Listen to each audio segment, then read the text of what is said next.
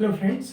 तो ये हमारा एक न्यू टॉपिक का शुरुआत हो रहा है और इस टॉपिक का जो नाम है वो है हमारा दैट इज़ सर्कल्स। ठीक है, तो सर्कल्स एक ऐसा टॉपिक है मैथमेटिक्स का जो आपको क्लास 9th में भी पढ़ाया जाता है और क्लास 10th में भी पढ़ाया जाता है और साथ ही साथ जब आप क्लास 11th में जाएंगे तो भी हम लोग कोऑर्डिनेट ज्योमेट्री में सर्कल्स जो है वो पढ़ते हैं। ठीक है, तो इसका मतलब है कि आपको कहीं ना कहीं ये चीज़ इम्पोर्टेंट पता चल रहा होगा कि सर्कल्स जो है वो कितना बड़ा वास्ट टॉपिक होगा। ठीक है, तो क्लास 9th में जो है हम लोग बहुत सारे कंसेप्ट्स को जान चुके होते हैं, बहुत सारे ऐसे थ्योरम्स होते हैं, ठीक है, जिनको हम लोगों ने पढ़ रखा है। ठीक है, तो ये जो हमारा लेक्चर है वो इंट्रोडक्शन होगा सर्कल्स का। ठीक है, तो ये जो हमारा लेक्चर है एक्चुअली वो क्लास 10th के पॉइंट ऑफ व्यू से बनाया जा रहा है। ठीक है, तो इसीलिए हम लोग जो क्लास 10th में हमारा कंसेप्ट यूज़ होने वाला है उन सारे थ्योरम्स को, उन सारे क्वेश्चंस को हम लोग करेंगे। ठीक है, लेकिन हाँ, जहाँ पे मुझे लगेगा कि अगर आप लोगों को ज़रूरत है तो हम लोग क्या करेंगे, उस चीज़ को भी थोड़ा बहुत देख लेंगे। ठीक है, तो कुछ टर्म्स हैं रिलेटेड सर्कल से, उसको पहले हम लोग जो है वो कंसेप्ट डील करना चाहते हैं कि वो कंसेप्ट क्या होता है। देखिएगा,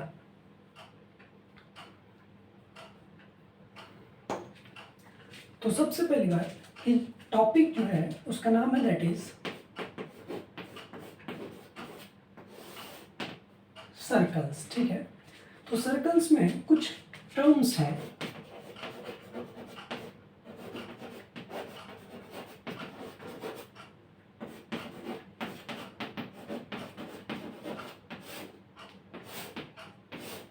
कुछ टर्म्स हैं या फिर कह सकते हैं कुछ रिलेशंस हैं जिसके बारे में हम लोगों को इस टॉपिक को पढ़ने से पहले जानकारी होना चाहिए। ठीक है, वो क्या क्या टर्म्स हैं उन चीज़ को देखिएगा।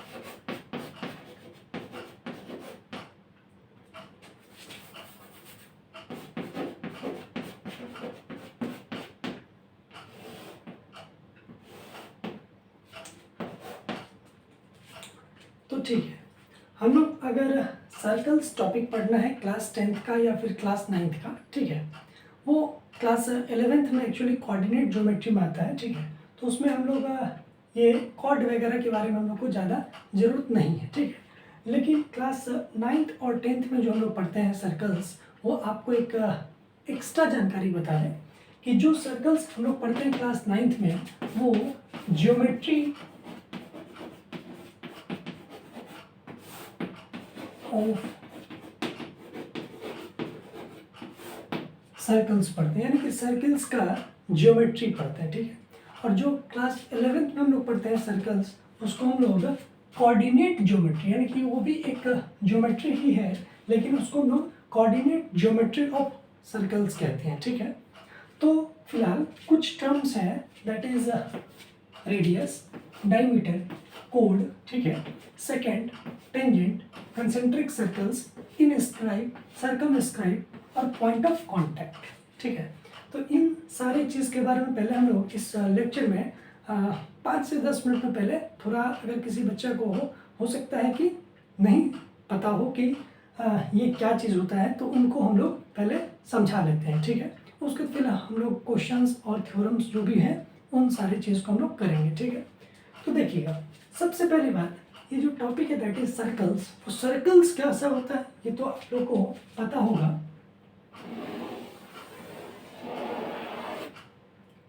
ये बेसिकली ये हमारा क्या है दैट इज सर्कल्स, ठीक है। तो अगर ये सर्कल्स है, ध्यान से देखते रहिएगा, अगर ये सर्कल्स है तो इसके बीच वाला ये जो पार्ट है ना,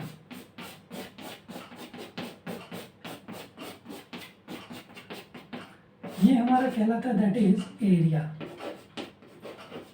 क्या कहलाएगा दैट इज एरिया, ओके। और ये वाला जो पार्ट है that is the bounded part, ठीक है, बाउंडेड पार्ट, ठीक है। इसको क्या बोलते हैं, इसको बोलते हैं, इसका दो नाम हम लोग रखते हैं। पहला है आपका सरकम फेरेंस, और इसको बहुत सारे लोग पेरीमीटर भी बोलते हैं, ठीक है, पेरीमीटर ऑफ सर्कल्स। दोनों क्या है, सेम बात, ठीक है। तो सर्कल्स का एक खास बात क्या होता है कि इसके बीच में जो है ना एक पॉइंट होता है, ठीक है, और वो पॉइंट ऐसा होता है जो इस गोला के बीचों बीच होता है, ठीक है। तो बीचों बीच होने की वजह से अगर सपोज इसको हम लोग ओ से रिप्रेजेंट कर रहे हैं तो ये हमारा कहलाता है दैट इज सेंटर, ठीक है। क्या कहलाता है, सेंटर। जैसे मान के लिए सपोज दैट्स हम लोग ह्यूमन बींग्स हैं, तो अगर आपसे क्वेश्चंस पूछा जाए कि किसी भी ह्यूमन बींग्स के बॉडी में सेंटर किस पार्ट को कहा जाता है, ठीक है, तो आपको एक एक्स्ट्रा जानकारी बताना है कि हमारा जो नाभि होता है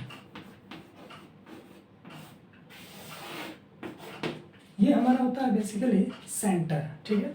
तो अभी तो क्लास 10th में आप लोग अगर इस लेक्चर को देख रहे हैं तो आप लोग केवल सर्कल्स के सेंटर के बारे में जानते हैं, ठीक है। लेकिन क्लास जब आप 11th में जाएंगे, ठीक है, तो एक टॉपिक पढ़ाया जाता है फिजिक्स के अंदर, उसका नाम है सेंटर ऑफ मास, ठीक है। तो उसमें बहुत सारे पिक्चर्स होते हैं, जैसे सपोज किसी ट्रायंगल्स का, किसी रेक्टेंगल्स का, किसी स्क्वायर का, ठीक है, कोन का, ठीक है। तो जितने भी बहुत सारे ऐसे पिक्चर्स होते हैं ज्योमेट्री में, उन सारे का हम लोग क्या निकालते हैं, सेंटर निकालते हैं, ठीक है। तो कोई ज़रूरी नहीं कि सेंटर जो टॉपिक है या सेंटर जो कंसेप्ट है वो केवल सर्कल्स के लिए ही वैलिड है।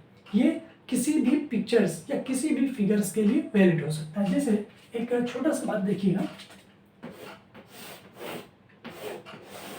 सपोज दैट्स ये मेरा एक रेक्टेंगल है, ठीक है।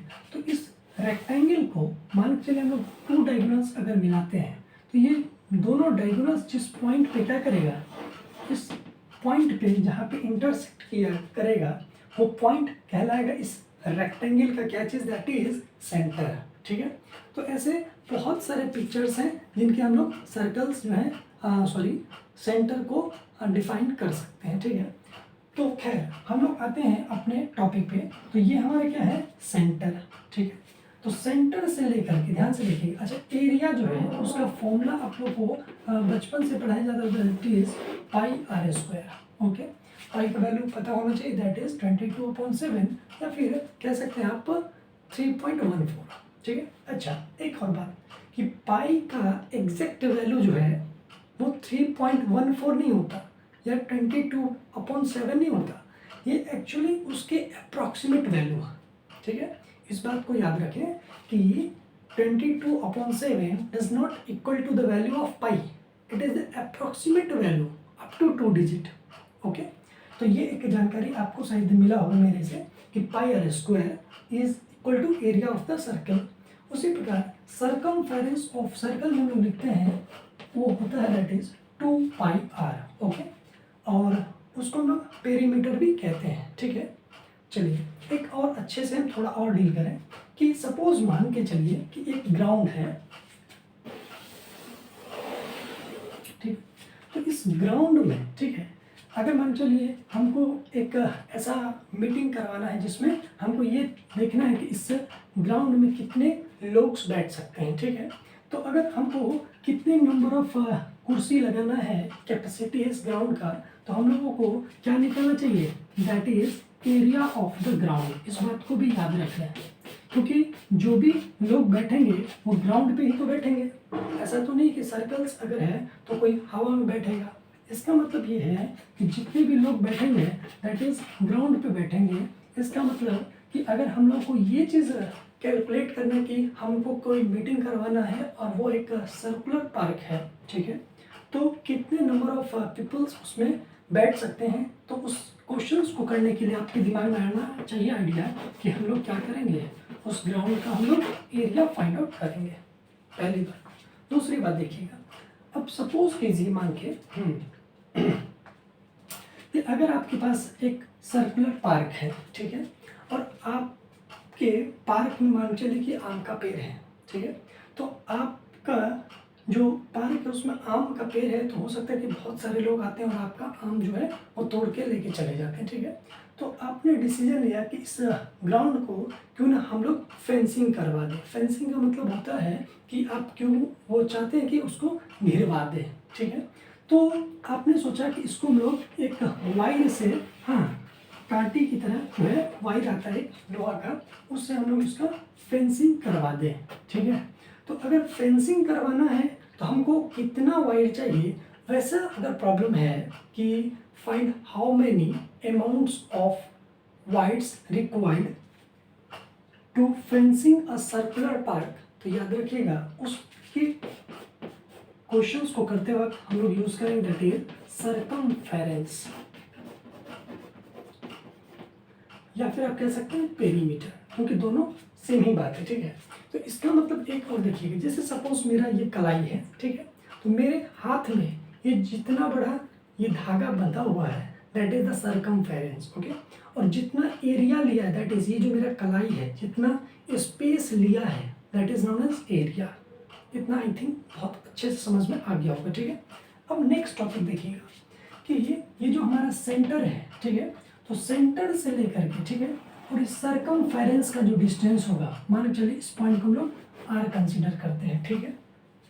तो ये ओ आर जो है, ठीक है, ओ आर उसको हम लोग कहते हैं रेडियस,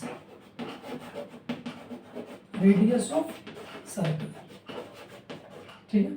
अब मान चलिए सपोज ये फर्स्ट लाइन था, ओके। अब मान चलिए इसको हम लोग ओ एम कंसिडर कर रहे हैं, ठीक है, इसको हम लोग ओ एम कंसिडर कर, सपोज ओ टी, ठीक है। इसका मतलब मान के चलते हैं कि बहुत सारे लाइंस हैं जो कहाँ तक है, सर्कल्स के सेंटर से लेकर के सर्कमफेरेंस तक, ठीक है। तो वो सारे क्या कहलाएंगे, वो सारे कहलाएंगे दैट इज रेडियस। और एक बात और जानकारी देख लें कि अगर इसका लेंथ सपोज 3 सेंटीमीटर है, ठीक है, तो चूंकि ये भी रेडियस है, ये भी रेडियस है, ये भी रेडियस है, ठीक है, क्योंकि सभी का डिस्टेंस कहाँ से लिया गया दैट इज सेंटर से सरकमफेरेंस तक, तो इसीलिए सारे रेडियस क्या होंगे, इक्वल होंगे, ठीक है। तो इससे दो क्वेश्चंस आपको समझ में आना चाहिए बेसिक, कि अगर कोई पूछे कि how many number of radius possibles in a triangle, तो हमारा आंसर होना चाहिए infinite number of radius possibles, okay, पहली बात। दूसरी बात कि रेडियस आप कोई भी लो, ठीक है, सारे रेडियस का लेंथ क्या होगा, इक्वल होगा, ये बात आपको समझ में आना चाहिए, ओके। तो हम लोग रेडियस का चर्चा बहुत अच्छे से कर चुके हैं। अब देखिएगा दूसरी बात क्या होता है, ठीक है, देखिएगा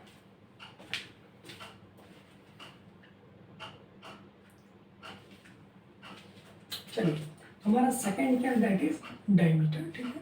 तो डायमीटर को डिस्कशन करने से पहले हम लोग कर लेते हैं किसका डिस्कशन, दैट इज कोड का, ठीक है। ऐसा क्यों हम कर रहे हैं वो चीज़ आपको कंसेप्ट समझने के बाद पता चलेगा, ठीक है। देखिएगा अब कोड किसको कहते हैं उस बात को थोड़ा सा देखिएगा।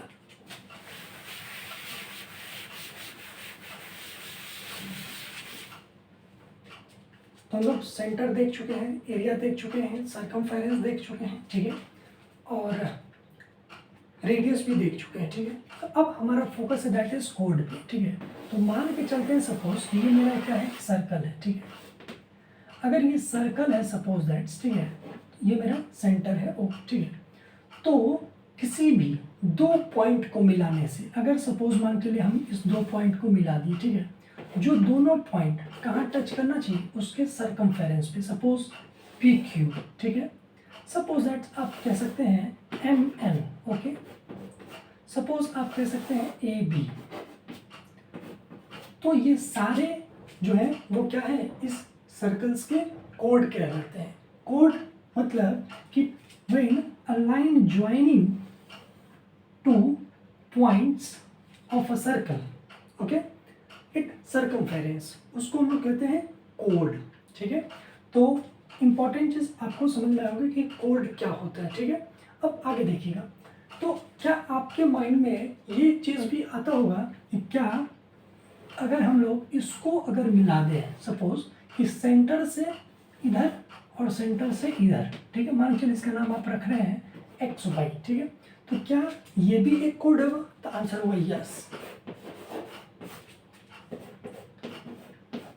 X Y is also a code, ठीक है। लेकिन एक इंपॉर्टेंट बात आप लोगों को दिख रहा होगा कि मान चलते हैं suppose that's O dash P dash, ठीक है, मान चलते हैं सपोज एक्स डैश और यह है आपका वाई डैश, ठीक है। तो इन सारे कोड में ये वाला जो कोड है दैट इज एक्स वाई, ठीक है। तो हम कह सकते हैं कि एक्स वाई जो कोड है उसका जो लेंथ होगा वो सबसे ज़्यादा होगा। आप सोचिए और बोलिए, देखिए या पिक्चर से भी आप ऑब्जर्व कर सकते हैं, इसका लेंथ, ठीक है, इससे बड़ा इसका होगा, ठीक है, उसी प्रकार इससे बड़ा इसका होगा, और इसका जो साइज है वो इससे भी ज़्यादा होगा, इससे भी ज़्यादा होगा, इससे भी ज़्यादा होगा, इससे भी ज़्यादा होगा, यानी कि ये जो कोड है that is the maximum magnitude in length, ठीक है। तो हम ऐसे भी बोल सकते हैं कि diameter is also a code, okay, which have maximum length, ठीक है। तो इसका मतलब डायमीटर भी क्या है, एक कोड ही है, ठीक है। डायमीटर किसी सर्कल्स का क्या है, तो किसी सर्कल्स का डायमीटर जो है वो एक कोड ही है जिसका लेंथ सबसे ज़्यादा होता है, ऐसे आप समझ लें, ठीक है। तो एक और इम्पॉर्टेंट चीज़ देखिएगा कि सपोज मान के चल लीजिए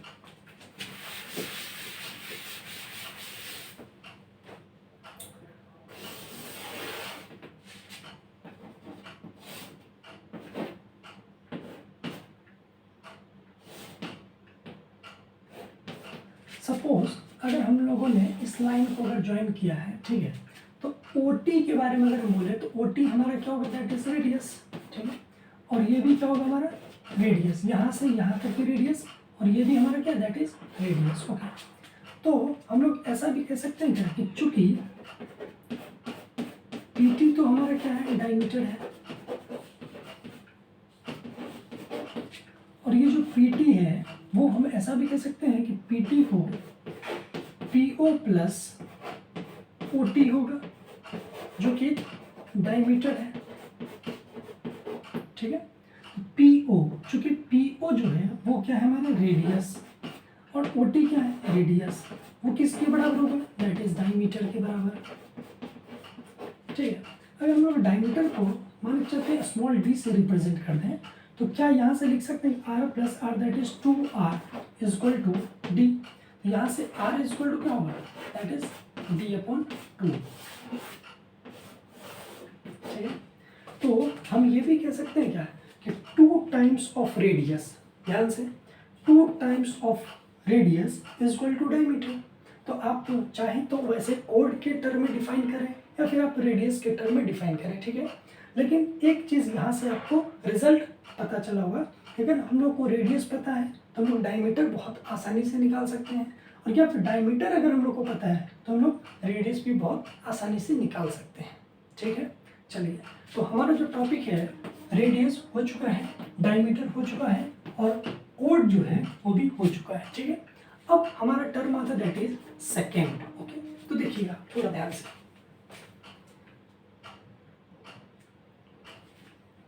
चलिए देखिए, मान के चलिए ये आपका क्या है, एक सर्कल से, ठीक है, ये इसका सेंटर है, मान के चलते हैं, ठीक है।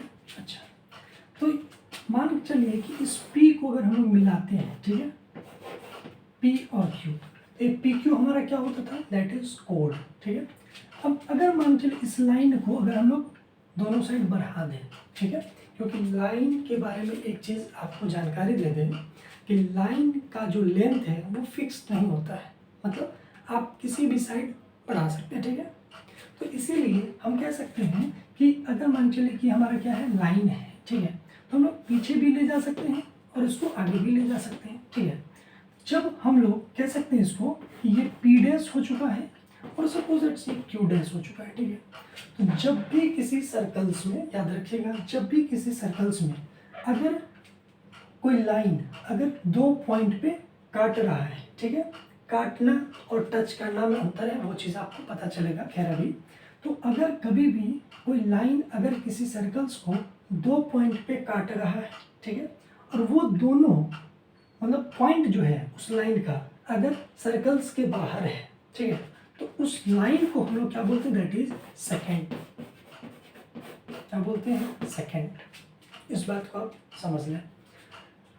तो अगर क्वेश्चंस पूछा जाए कि how many seconds are possible, how many seconds are possible, तो हम कह सकते हैं कि infinite number of seconds are possibles in a triangles, ठीक है।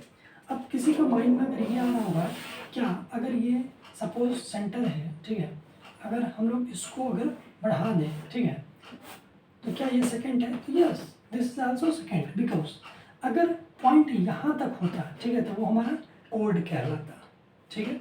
और अगर इसको हम लोग अगर पीछे और इसको अगर हम आगे बढ़ा दिए हैं, इसका मतलब वो सर्कल्स को काट के बाहर चला गया है, तो उसको हम लोग क्या बोलेंगे, दैट इज सेकेंड,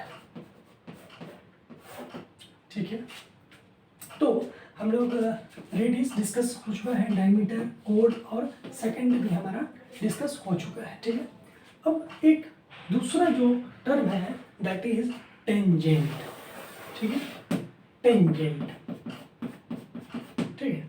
तो टेंजेंट जो है वो सबसे इम्पॉर्टेंट या कह सकते हैं आपकी सबसे ज़्यादा आने वाला टर्म है आपको क्लास 10th के सर्कल्स में, ठीक है। तो टेंजेंट को समझने का कोशिश कीजिएगा।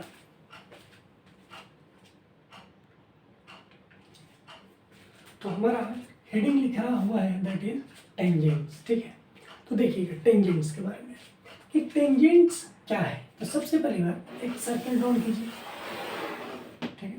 तो किसी भी सर्कल्स में याद रखिएगा, ठीक है, कि किसी भी सर्कल्स में एक ऐसा लाइन या कह सकते हैं किसी सर्कल से पास करता हुआ ऐसा लाइन जो उस सर्कल्स को एक पॉइंट पे टच करे।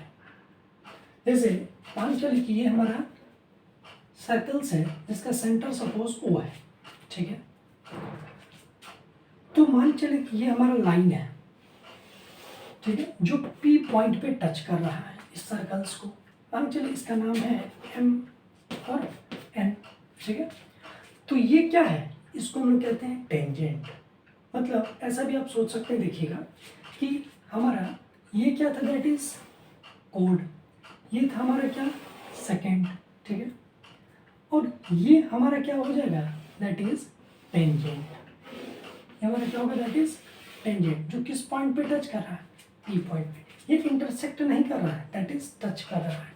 इंटरसेक्ट का मतलब होता है ऐसे, ठीक है, और टच का क्या मतलब होता है, टच का मतलब है सपोज अगर कोई कर्व है ऐसे, ठीक है, उसको एक पॉइंट पे ऐसा लग रहा है कि टच कर रहा है, तो उसको बोलते हैं टेंजेंट। इस बात को याद रख लें, ठीक है।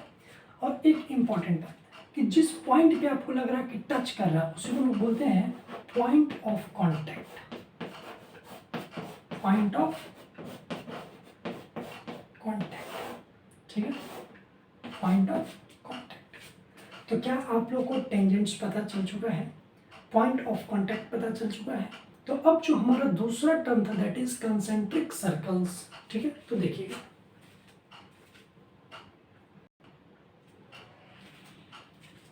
देखिए इसका नाम क्या है, कंसेंट्रिक सर्कल्स। तो नाम से पता चल रहा होगा कंसेंट्रिक सर्कल्स है, इसका मतलब कि सर्कल्स का ही बात किया जा रहा है, ऑफ कोर्स सर्कल्स का ही बात किया जा रहा है, ठीक है। लेकिन कंसेंट्रिक शब्द क्या है, कंसेंट्रिक, इसका क्या मतलब है, इसका मतलब ये है कि ऐसा सर्कल्स जिसका सेंटर क्या हो, फिक्स हो, ठीक है। तो मान के चलते हैं कि ये हमारा क्या, दैट इज ओ, एक सर्कल्स हम लोग ऐसा ड्रॉ किया, ठीक है, और इसी सेंटर को मान के हम लोग ऐसा देखते हैं, सपोज ये हमारा एक ओ दैट इज सेंटर, ठीक है। तो इसी सेंटर को मान के फिर हम लोग दूसरा एक मान के चलिए कि एक दूसरा सर्कल्स ड्रॉ करें, ठीक है। तो ये हमारा कहलाता है दैट इज कंसेंट्रिक सर्कल्स।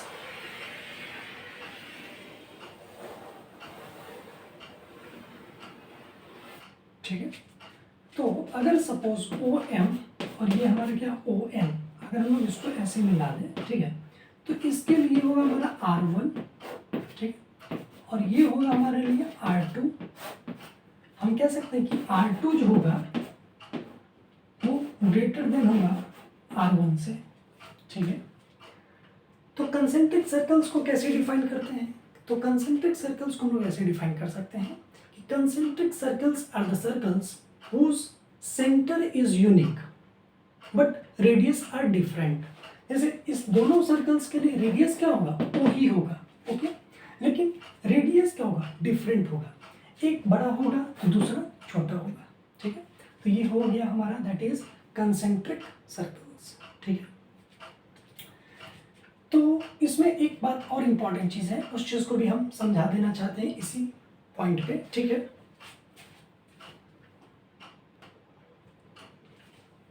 चलिए देखिए, अगर मान के चलिए सपोज दैट्स कि अगर हम आप लोगों से पूछें कि एक सर्कल्स है, ठीक है, एक सर्कुलर गार्डन है, ठीक है, उसके बाहर में एक और बड़ा सा क्या है? गार्डन है। ठीक है।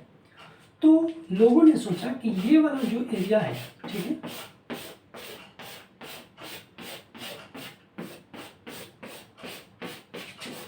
इसको बना दिया जाए मतलब पैदल चलने वाला। ठीक है। तो क्वेश्चन है कि ये जो पैदल चलने वाला एरिया होगा, ठीक है, वो कितना होना चाहिए, या फिर कह सकते हैं कि उसका एरिया क्या होगा। ठीक है। तो सोचिएगा ध्यान से, अगर हम कह रहे हैं कि बड़ा वाला सर्कल्स के एरिया में से अगर छोटा वाला सर्कल्स का एरिया को माइनस कर दें, अगर हम कह रहे हैं कि बड़ा वाला सर्कल्स के एरिया में से छोटा वाला सर्कल्स के एरिया को माइनस कर दें, तो वो हमारा पैदल चलने वाला रास्ता का एरिया निकल जाएगा। कैसे? देखिएगा, जब बड़ा वाला सर्कल्स का हम एरिया कंसीडर करेंगे, इसका मतलब इसके अंदर सारा part that is this is also the part, okay, तो इसका मतलब ये सारा पार्ट होगा बड़ा वाला का area that is pi r two का स्क्वायर। ठीक है। लेकिन अगर हम लोग इसमें से माइनस कर दें दैट इज छोटा वाला, इसका मतलब इसका area minus pi r one का स्क्वायर। ठीक है। तो क्या निकल जाएगा? तो इतना के एरिया में से, ध्यान से देखिएगा, इतना के एरिया में से अगर इतना के एरिया को माइनस कर दें तो क्या ये मेरा पार्ट निकलेगा? तो अगर यहाँ से हम फॉर्मूला लें दैट इज, तो ये हमारा एरिया होगा दैट इज द पैदल चलने वाला रास्ते का। ठीक है। तो ये भी कह सकते हैं कि कंसेंट्रिक सर्कल्स का एरिया, कंसेंट्रिक सर्कल्स अगर आपके पास गिवन है, ठीक है, और टू डिफरेंट रेडियस ही होना चाहिए। ठीक है। तो अगर टू डिफरेंट रेडियस गिवन नहीं होगा आपके क्वेश्चंस में, तो आप एरिया ऐसे निकाल सकते हैं। ठीक है। तो ये हमारा कंसेंट्रिक सर्कल्स का भी जो कंसेप्ट है वो क्लियर हो चुका है। ठीक है। अब जो हमारा टॉपिक है दैट इज सर्कमस्क्राइब, और एक हमारा क्या है दैट इज इनस्क्राइब। ठीक है। हम लोग इस दोनों को अब डील करना चाहते हैं, थोड़ा देखिएगा ध्यान से।